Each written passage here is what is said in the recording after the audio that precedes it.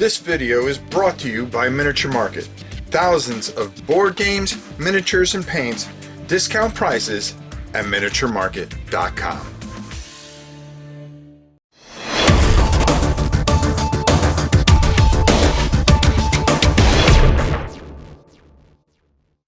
Hey everybody, I'm back from Gencon, and one of the most surprising games of Gencon is something I never would have suspected in all my years of doing this. And what is it? The Funkoverse, okay? Not just any Funkoverse, but there's Harry Potter, there's Batman, there's even Rick and Morty, which we'll talk about later. We're not gonna make, we're gonna do a separate video on that one. But this is a strategy game that I think surprised everyone. And all I can say is, let's go down to the table and check this little masterpiece out. All right, we're down at the table here. Listen, I'm not going to explain everything to you, but I am going to give you a good idea of what's going on here. First of all, okay, if you're familiar with Pops, they're cool, but look at the size of them. They're a lot smaller, so you're not playing with full-size Pops.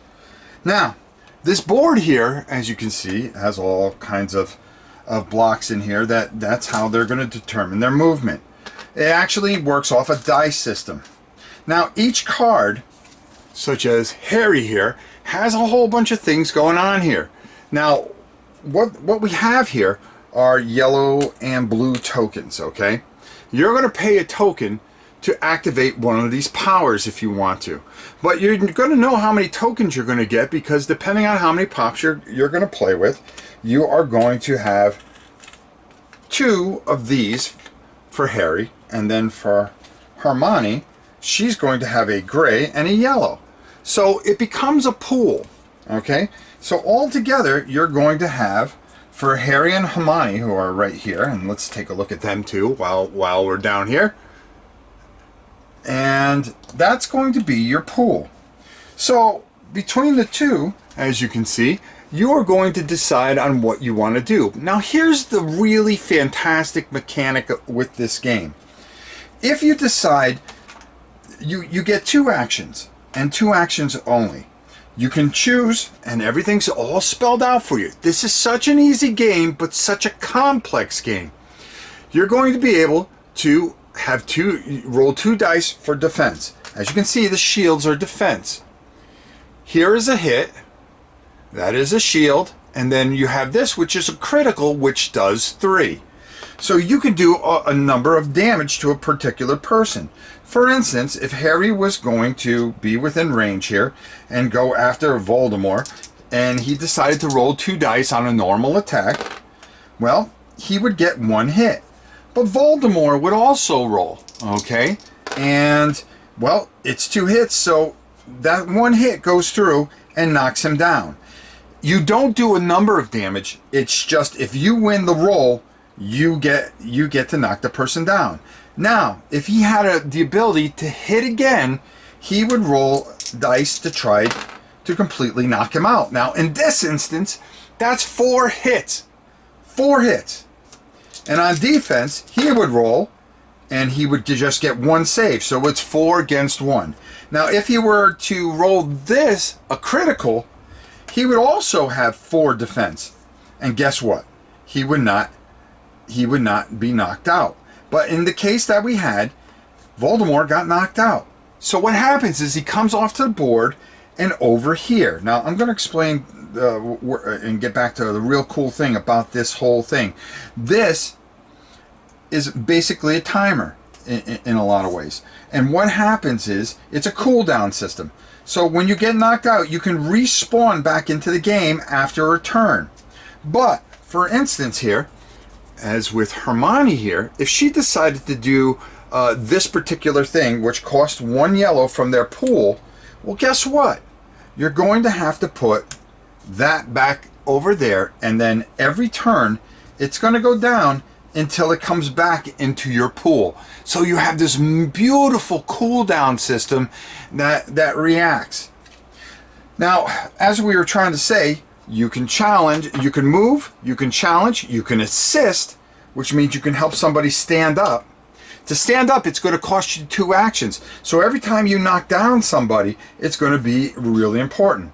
Now, if you noticed here, okay, throughout this area here, there are these crystals. Some are objectives that you're going to go to, and every time you grab a crystal, you're going to get, this is considered a victory point. And what happens when you grab this, it's going to come and it's going to go on the cooldown. And then when it gets down to 1, it's going to come back and respawn another crystal. So that's going to continue.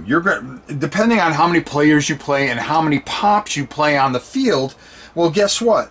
It might be 6 victory points or 10 victory points. They also have a capture the flag kind of thing.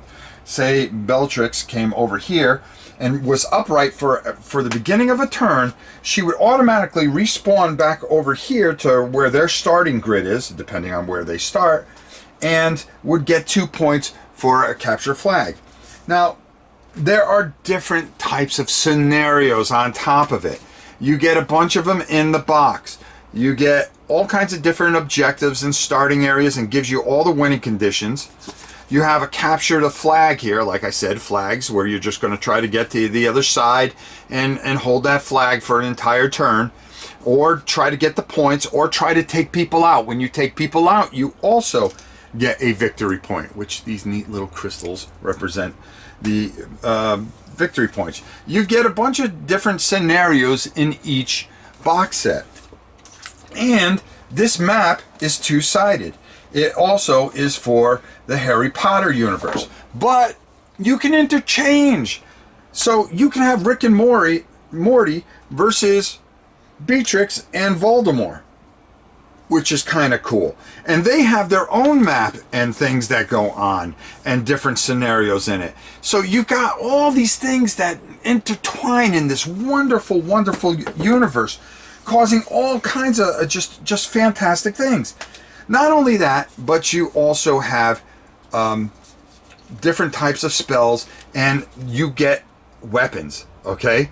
Now, each team can only have 1 weapon, and that's going to go to each person. If you decided to use this weapon, it would automatically go into the cooldown, and you can't use it again until you get it back. So, a lot of strategy, a lot of depth. Do you try to knock these guys out? Or do you go for the crystals? Do you go for the flags, depending on the scenario? Do you use certain abilities at certain times and put them in your cooldown and leave your teammate or other pop with no way to use special abilities? There's a lot of depth, beauty, and strategy and feel to this game that is absolutely fantastic, and it really stands out. I think it's just fantastic. I think, as you can see, you could pull out the weapons, and maybe I don't want her to use it. I want Voldemort to have this dagger, because this dagger does all kinds of different things. The spells give you more dice. Sometimes you can roll 4 dice, sometimes 5. It all depends on how it goes. There are range spells. The Harry Potter system has all kinds of different things. But you also find variety in the Batman and the Golden Girls. And all these wonderful things come together in this beautiful universe and creates a very deep and strategic game. All I can say after all that, let's go up top and get my final thoughts on the Funkoverse. And that's the best way to put it. The Harry Potter edition, and just talking the whole Funkoverse in all. I mean, what do I say? I love the cooldown period. I wish more games would do that. I wish more miniature games would do that cooldown as far as using powers and stuff like that. I really think that was unique. I think the strategy is so much more there. And if you get by the pops, which if you're a pop fan and a board game fan, this is everything that you can want. I've never been a big pop guy. I do have some pops. I do have my Baby Metal collection and Godzilla. But that's another story, though. Let's let that go. But the depth of this game is phenomenal. And the way you can mix different characters from different universes. It all comes into this Pop universe, and they're going to come out with so much stuff. I think this is a game that is going to take everybody by surprise. I highly suggest it. I highly suggest it. I'm not going to tell you it's my game of the con. You're going to have to wait for that list later in the week. But I can guarantee you, you're going to want to watch that video to see where this ranks. That's how enthused I am about this game. Listen, if I had to give it a rating, okay, and you know I just like to look at games, but this is over 9 for me. Okay, over 9,000. You know, Dragon Ball Z. Wait till maybe they put Dragon Ball Z in this. Then what? Then what? Harry Potter versus Dragon Ball Z? How about Harry Potter versus Rick and Morty? We're going to see that. We're going to see that live on this channel at some point. I love this game. I actually carried this in the airport to make sure that I got this home so I can show you guys today. All right, we've got more Gencon stuff later in the week, but I'm telling you right now, this is a home run for me. What more can I say? Until next time, it's your old pal Rob for a fantastic game that you're going to need to pick up in October. The Funkoverse. It's here. It's live. It's awesome. Check it out.